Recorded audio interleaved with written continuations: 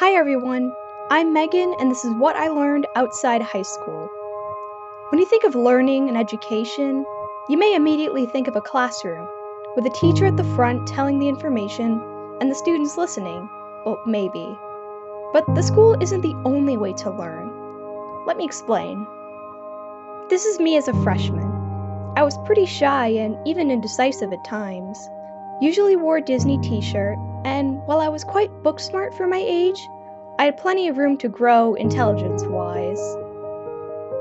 I was a Taekwondo green belt when I started high school, and while I already started my journey in middle school, it got much more serious over the next 4 years.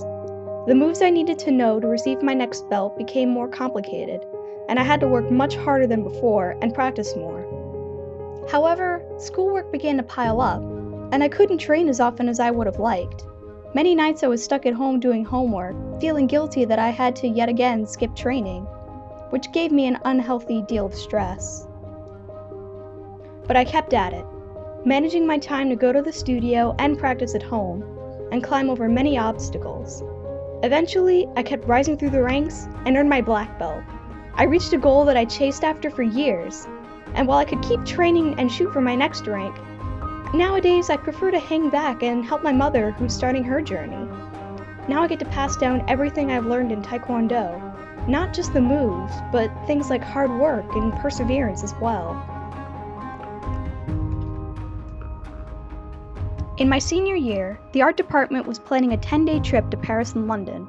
I was really interested, but reluctant to make the commitment. I've never been away from home for that long.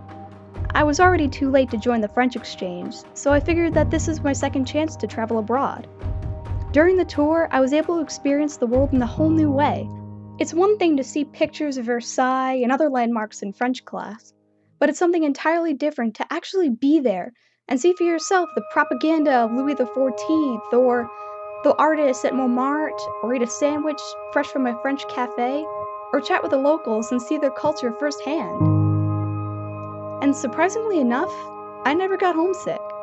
Even on long bus rides when my mind could wander just about anywhere, it never wandered back home. As it turned out, I was more prepared for moving away than I thought I was. If I could spend over a week across the pond with no way to contact my parents, who's to say I can't handle college with the ability to talk to them? In my sophomore year, I heard about an event that really piqued my interest, the Sherwood Student Film Festival. I remember getting an animation book for my 12th birthday, and I've been interested in the idea ever since. But it wasn't until then that I really began to consider making an animation and submitting it to the festival. So I got a table, set up a scene, and began working on my first stop-motion film, using pipe cleaners as characters. I had no idea it would take 3 whole weeks to make just a short 5-minute movie, but it was worth it. On the night of the festival, I was overjoyed to see my work on the big screen and hear the audience laugh at my jokes.